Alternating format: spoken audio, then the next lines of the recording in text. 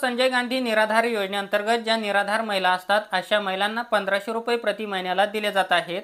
तुम्हाला जर या योजनेचा लाभ घ्यायचा असेल तर या योजनेसाठी अर्ज कुठं आणि कसा करायचा आहे, कागदपत्र कोणकोणती लागणार आहेत, त्याचबरोबर कोणते लाभार्थी या योजनेचा लाभ घेऊ शकतात, तर याबद्दलची संपूर्ण माहिती आपण या व्हिडिओमध्ये पाहणार आहोत।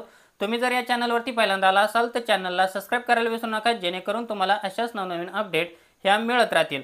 मित्रांनो, तुम्ही इथं बघू शकतात राज्यातील निराधार व्यक्तींना प्रति महिन्याला आर्थिक सहाय्य देऊन त्यांना मदत करणे या योजनेचा हेतू आहे। म्हणजे या योजनेअंतर्गत त्यांना 1500 रुपये प्रति महिन्याला दिले जातात। ज्या निराधार महिला असतात अशा महिलांना आता या योजनेमध्ये कोणत्या महिला लाभ घेऊ शकतात, तर बघा, निराधार व विधवा महिला, शेतमजूर महिला, दिव्यांग महिला, तसेच 18 वर्षाखालील अनाथ मुले, तसेच दुर्धर आजाराने पीडित रोगी, देवदासी आत्महत्या केलेल्या शेतकऱ्यांच्या विधवा पत्नी या योजनेचा लाभ घेऊ शकतात। तर मित्रांनो, या योजनेसाठी तुम्हाला कागदपत्र कोणकोणती लागणार आहेत तर हे सुद्धा इथं आपण बघूयात। अर्जदाराचा फोटो लागणार आहेत, पॅन कार्ड लागणार आहेत, आधार कार्ड लागणार आहेत, रेशन कार्ड लागणार आहे, त्यानंतर ग्रामसेवकांनी दिलेला रहिवासी दाखला सुद्धा तुम्हाला इथं द्यायचा आहे, त्याचबरोबर शाळा सोडल्याचा दाखला सुद्धा तुम्हाला इथं द्यायचा आहे, त्यानंतर बँकेची पासबुक झेरॉक्स द्यायची आहेत। तुमच्या ज्या बँकेला आधार कार्ड हे लिंक आहेत तुम्हाला तेच बँकेचं पासबुक झेरॉक्स या ठिकाणी द्यायचं आहे।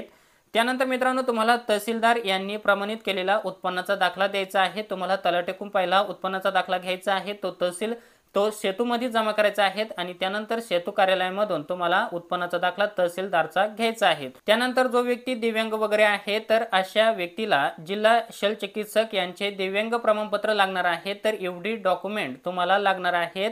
संजय गांधी निराधार योजनेचा जर तुम्हाला लाभ घ्यायचा असेल तर एवढी डॉक्युमेंट तुम्हाला जमा करावी लागणार आहेत। आता मित्रांनो, तुम्हाला ही डॉक्युमेंट कुठे जमा करायची आहे तर तुमच्या तहसील कार्यालयामध्ये एक संजय गांधी निराधार योजनेचं वैयक्तिक कार्यालय असतं, वैयक्तिक ऑफिस असतं, तर त्या ऑफिसमध्ये तुम्हाला एवढी डॉक्युमेंट ही जमा करायची आहेत। तुम्ही ही सर्व डॉक्युमेंट त्या ठिकाणी जमा केल्यानंतर तुमचं सर्व व्हेरिफिकेशन केलं जाईल, तिथं तुम्ही या योजनेसाठी पात्र आहेत की नाहीत आणि त्यानंतर तुम्हाला या योजनेचा लाभ हा चालू केला जाईल।